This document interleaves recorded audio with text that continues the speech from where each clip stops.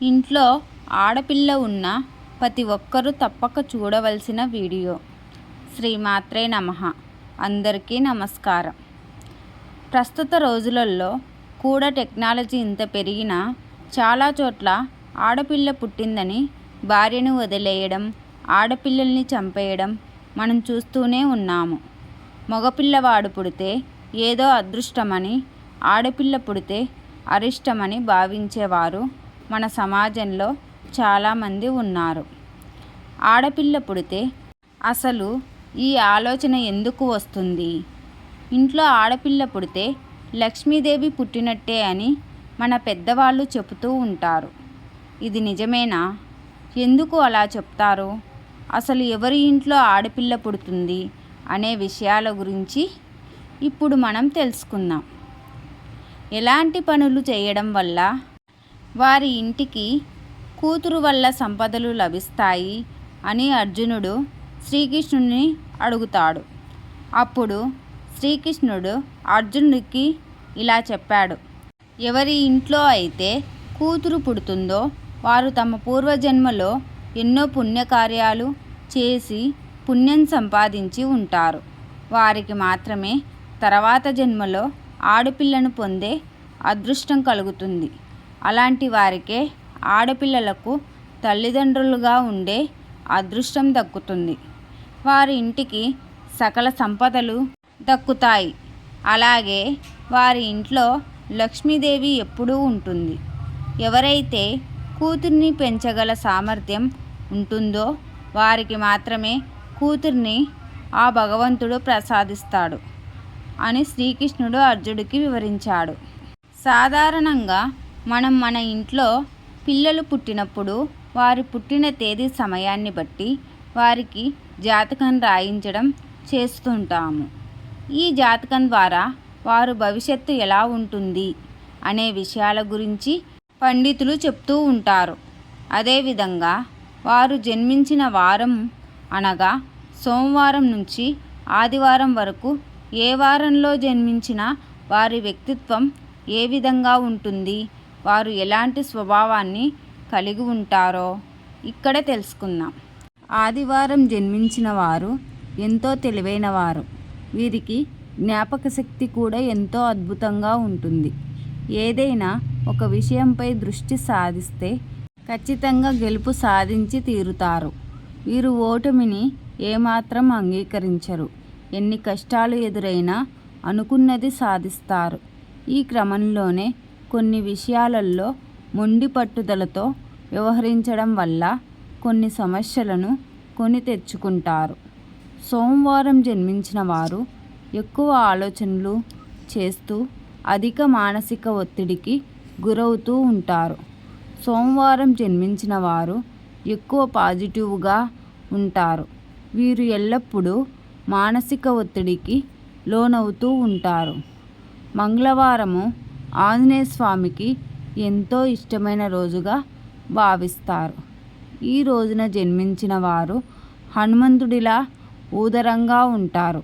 అవసరమైన వారికి ఎంతకైనా సహాయం చేయడానికి సిద్ధపడతారు. అయితే వీరికి కోపం చాలా ఎక్కువ. ఇక వీరి స్వభావం గురించి మాట్లాడితే చాలా అమాయకులు. ఎవరిపైనా ద్వేషం పెట్టుకోరు. మంగళవారం జన్మించిన వారిలో ధైర్య సాహసాలు ఎక్కువగా ఉంటాయి. వీరు తరచూ చిన్న చిన్న వివాదాలకు గురవుతూ ఉంటారు. వైవాహిక జీవితంలో కూడా కొన్ని ఒడిదుడుకులు ఎదురవుతాయి. బుధవారం పుట్టినవారు ఎంతో చురుగ్గా ఆలోచిస్తూ అన్ని రంగాలలో విజయం సాధిస్తారు. బుధవారం జన్మించిన వారు ఏ విషయం వారి మనసులో పెట్టుకోకుండా ఒకే విషయం గురించి పదే పదే ఆలోచించకుండా ఆ విషయాన్ని అంతటితో మర్చిపోతారు. గురువారం జన్మించిన వారిలో జ్ఞానం, మాటకారితనం ఎక్కువగా ఉంటుంది. అందుకే టీచర్లు, లాయర్లు ఎక్కువ భాగం గురువారం జన్మించిన వారు ఉంటారు. వీరి జీవితంలో డబ్బుకు కొదువ ఉండదు. శుక్రవారం పుట్టిన వారికి ఆకర్షణ గుణం ఎక్కువగా ఉంటుంది. వీరికి డబ్బు ఏమాత్రం లెక్క ఉండదు. ఎంత పడితే అంత ఖర్చు పెడుతూనే ఉంటారు. విందు వినోదాలలో పాల్గొనడం వీరికి ఎంతో ఇష్టం. శనివారం జన్మించిన వారు వారి జీవితంలో ఒక్కో మెట్టు ఎక్కుతూ విజయాన్ని అందుకుంటారు. వీరి జీవితంలో కష్టనష్టాలు ఎదురైనప్పటికీ మొండి ధైర్యంతో ఆ కష్టాలను ఎదుర్కొంటూ ఉంటారు. అందరికీ ఎంతో నమ్మకంగా ఉంటారు. శనివారం పుట్టిన వారితో స్నేహం చేయడం ఎంతో మంచిది. ఒకసారి స్వామి వివేకానంద వైష్ణవిదేవి దేవాలయం మెట్ల మీద వెళ్తున్నారు. అప్పుడు ఆయన పక్కనే ఒక రైతు తన కూతురిని భుజం మీద కూర్చోబెట్టుకొని మెట్లు ఎక్కుతున్నాడు. అది చూసిన వివేకానంద అతనిని అడిగాడంట, ఎందుకు మీరు మీ కూతురి భారాన్ని మోస్తున్నారు అని. అప్పుడు రైతు, కూతురు ఎప్పుడు తండ్రికి భారం కాదు. వారు తమ భుజాలపై ఉంటే ప్రతి భారము చాలా తేలికైపోతుందని. కూతురు ఎప్పుడు డబ్బు కోసం చూడదు, కేవలం గౌరవం కోసం మాత్రమే చూస్తుందని చెప్తాడు. పురాణాల ప్రకారం ఎవరైతే చనిపోయే ముందు స్త్రీ అని తలుచుకుంటూ చనిపోతారో వారు స్త్రీలుగా జన్మిస్తారని గ్రంథాలు చెప్తున్నాయి. ఎవరి ఇంట్లో అయితే ఆడపిల్ల పుడుతుందో వారి ఇల్లు అదృష్టానికి నిలయమని పండితులు చెప్తున్నారు. అబద్ధము ఆడితే ఆడపిల్లలు పుడుతుంది అని ఎందుకు అంటారు అనే విషయం గురించి తెలుసుకుందాము. ఈ సామెత పాత రోజులకి సంబంధించినది. మన దేశంలో ఆడపిల్లల పరిస్థితి తెలిసిందే. ఇప్పటికీ ఆడపిల్ల అంటే భారమని భావించి ఇద్దరు ఆడబిడ్డలు ఉన్న మగపిల్లవాడి కోసం ప్రయత్నించేవారు మన కళ్ళ ముందే ఉన్నారు.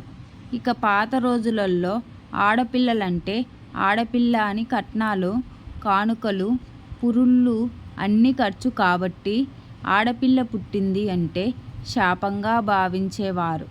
అబద్ధం ఆడడం తప్పు అంటే జనాలు వినరు కాబట్టి వారికి భయం కలిగేలా అబద్ధం చెప్తే శిక్షగా ఏదో అనార్థం జరుగుతుందని భయం పుట్టిస్తే కొంతవరకైనా ఆగుతారని అబద్ధాలు ఆడితే ఆడపిల్ల పుడుతుంది అనే సామెత పుట్టింది.